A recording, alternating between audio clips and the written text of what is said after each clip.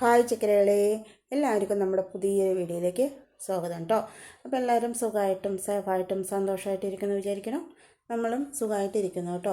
അപ്പോൾ നമ്മുടെ വീഡിയോസൊക്കെ ഇഷ്ടമാണെങ്കിൽ ലൈക്ക് ചെയ്യാനും സബ്സ്ക്രൈബ് ചെയ്യാനും സപ്പോർട്ട് ചെയ്യാനും കമൻറ്റ് ചെയ്യാനും മറക്കരുത് കേട്ടോ. അപ്പോൾ നമ്മൾ രാവിലെ എണീറ്റതിന് ശേഷമുള്ള ജോലികളാണ് കേട്ടോ ഈ കാണുന്നത്. ഇന്ന് പറഞ്ഞാൽ പ്രത്യേകിച്ച് നേരത്തെ എണീക്കണം എന്ന് വിചാരിച്ചിട്ട് കിടന്നിട്ടുള്ള ദിവസമായിരുന്നു കേട്ടോ. പക്ഷേ എന്താണെന്നറിയില്ല, നമ്മൾ അലാറം അടിച്ചതൊന്നും അറിഞ്ഞതുമില്ല. പിന്നെ ഫോൺ അടുത്ത് വെച്ചിട്ടുണ്ടായിരുന്നില്ല കേട്ടോ. അതുകൊണ്ട് തന്നെ നമ്മൾ എണീറ്റപ്പോൾ തന്നെ ഒരുപാട് നേരം വൈകി കേട്ടോ. അപ്പോൾ നിങ്ങൾക്ക് കാണുമ്പോൾ തന്നെ അറിയുന്നുണ്ടാവും നേരമൊക്കെ നല്ലപോലെ വെളുത്ത് വരുന്നത് അല്ലേ. അപ്പോൾ ഞാനൊരു 5:45 ആകുമ്പോഴാണ് കേട്ടോ എണീറ്റിട്ടുണ്ടായിരുന്നു. അപ്പോൾ ഒരുപാട് സമയം വൈകിയിട്ടുണ്ടായിരുന്നു. പിന്നെ അതിന് ശേഷം പിന്നെ വേഗം കുളിയെല്ലാം കഴിഞ്ഞ് വന്ന് പിന്നെ നമ്മുടെ സിറ്റ് ഔട്ടൊക്കെ ഒന്ന് അടിച്ച് അതുപോലെ മുറ്റമൊക്കെ ഒന്ന് അടിച്ച് വെള്ളമൊക്കെ ഒന്ന് തെളിച്ച് വിട്ട് അപ്പോഴേക്കും തന്നെ നല്ലപോലെ നേരം വെളുത്തിട്ടുണ്ടായിരുന്നു കേട്ടോ. ഇനിയാണ് നമ്മൾ കുക്കിംഗ് ചെയ്യണം, അതുപോലെ വിളക്ക് വെക്കണം, കോലൂടണം, അങ്ങനെയുള്ള കാര്യങ്ങളൊക്കെ ഒരുപാട് ചെയ്യാനുണ്ട് കേട്ടോ. ചില ദിവസം നമ്മൾ അറിയാണ്ട് തന്നെ ഇതുപോലെ ഉറക്കത്തിൽ പെട്ടുപോകും, ഇല്ലെങ്കിൽ എണീക്കാൻ വരും. അങ്ങനെ കാര്യങ്ങളൊക്കെ ഉള്ള സമയത്ത് എങ്ങനെ നമുക്ക് അതെല്ലാം ഒന്ന് കവർ ചെയ്ത് നല്ല രീതിക്ക് എങ്ങനെ കുക്കിങ്ങൊക്കെ ചെയ്ത് കറക്റ്റ് ചെയ്ത് വരാം എന്നുള്ളതിനെ കുറിച്ചിട്ടുള്ള വീഡിയോ കൂടിയാണ് കേട്ടോ ഞാൻ ചെയ്യുന്നത്. അതിന് വേണ്ടിയിട്ട് എടുത്ത വീഡിയോ എന്നല്ല, രാവിലെ എണീറ്റപ്പോൾ കുറച്ച് വൈകി. അപ്പോൾ നമ്മൾ ആ വൈകിയ ടൈം എങ്ങനെ മാനേജ് ചെയ്യാം എന്ന് കാണിക്കാം എന്നുകൂടെ ഞാൻ വിചാരിച്ചു കേട്ടോ.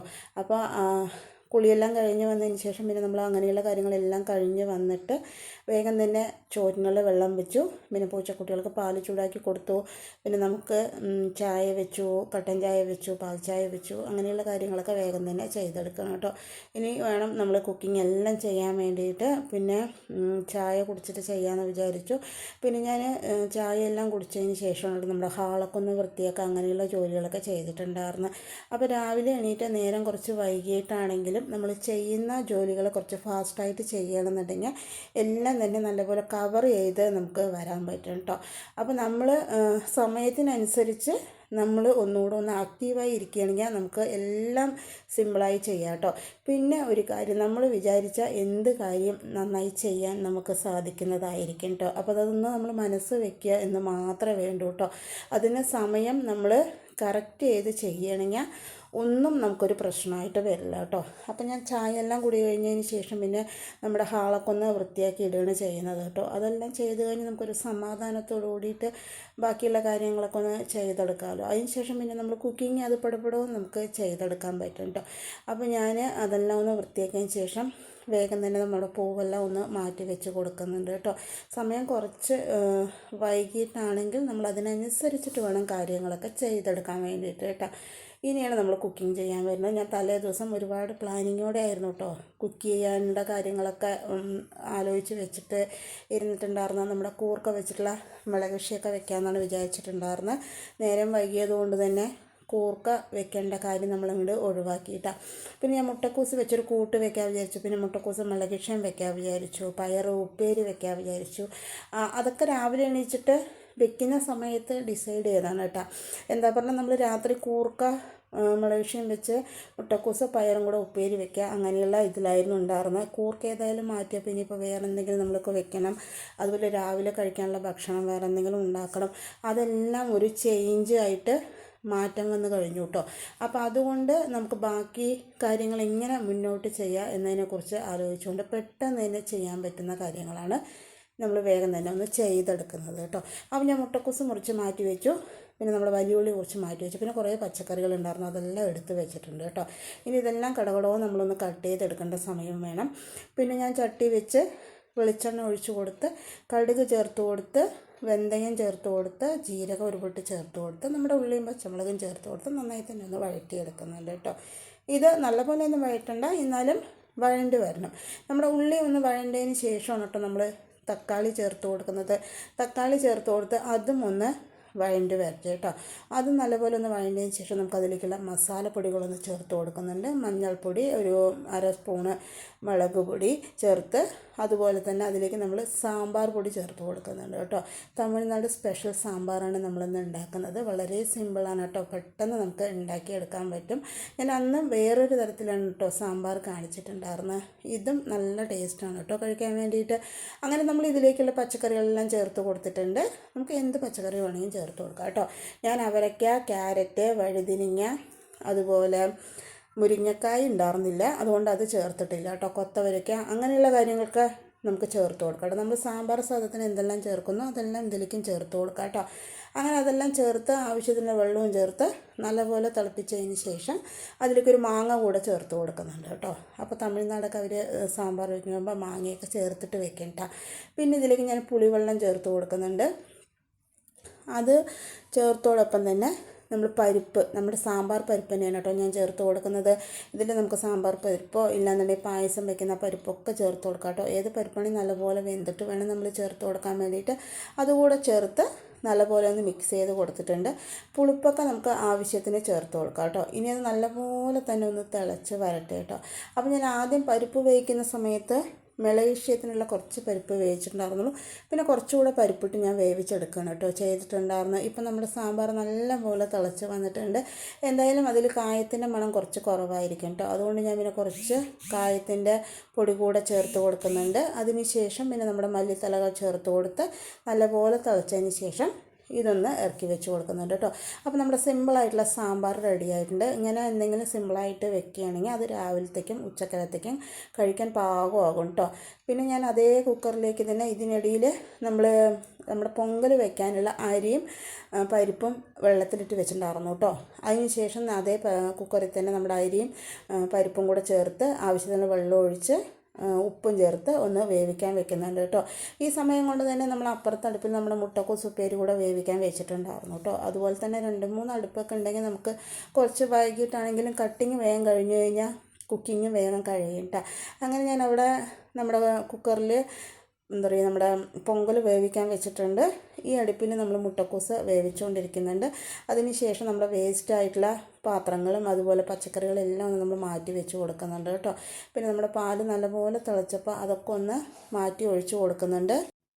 ആ സമയം കൊണ്ട് തന്നെ നമ്മുടെ ഉപ്പേരി റെഡി ആയിട്ടുണ്ട് കേട്ടോ. അപ്പോൾ ഉപ്പേരി നമ്മൾ സിമ്പിളായിട്ട് സാധാരണ വെക്കും പോലെ തന്നെ. അപ്പോൾ അതിന് ശേഷം പിന്നെ കുറച്ച് പാത്രങ്ങൾ ഈ കാണുന്ന പാത്രങ്ങളൊക്കെ നമുക്ക് കഴുകാനുണ്ട് കേട്ടോ. അപ്പോൾ നമുക്ക് ഇവിടെ ഞാനൊരു ഷീറ്റ് പോലെ ഇട്ടിട്ടുണ്ട്. എന്താ പറഞ്ഞാൽ അപ്പുറത്തെ വീട്ടിൽ മരപ്പണി ചെയ്യുന്നുണ്ട് കേട്ടോ. അതിൻ്റെ പൊടി ഭയങ്കരമായിട്ട് നമ്മുടെ ഇവിടേക്ക് വരുന്നുണ്ട്. അപ്പോൾ അത് വരാതിരിക്കാൻ വേണ്ടിയിട്ടാണ് അത് ഇങ്ങനെ ഷീറ്റ് പോലെ വെച്ചിട്ടുണ്ടാകുന്നത് കേട്ടോ. പക്ഷേ മേലേക്ക് നിറയെ പൊടി തന്നെയാണ്.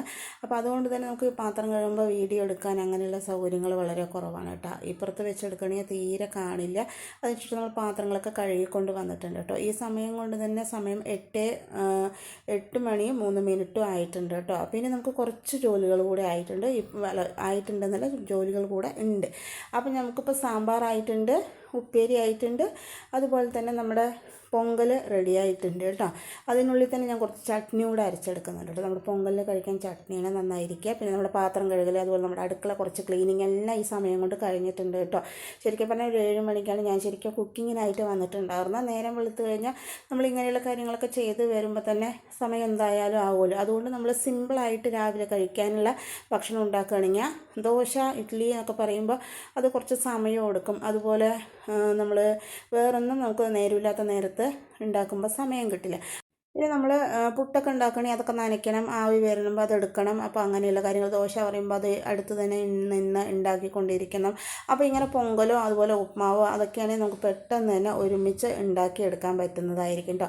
പിന്നെ ഈ ടൈമില്ലാത്ത സമയത്ത് നമ്മൾ രാവിലേക്കും ഉച്ചക്കലേക്കും ഭക്ഷണം ഉണ്ടാക്കലും അതുപോലെ കറി വയ്ക്കലൊക്കെ ചെയ്യുന്ന സമയത്ത് രാവിലേക്കും ഉച്ചക്കലേക്കും സ്യൂട്ടായിട്ടുള്ള ഒരേപോലത്തെ കറി വയ്ക്കുകയാണെങ്കിൽ അപ്പോഴും നമുക്ക് സമയവും ലാഭം കിട്ടും.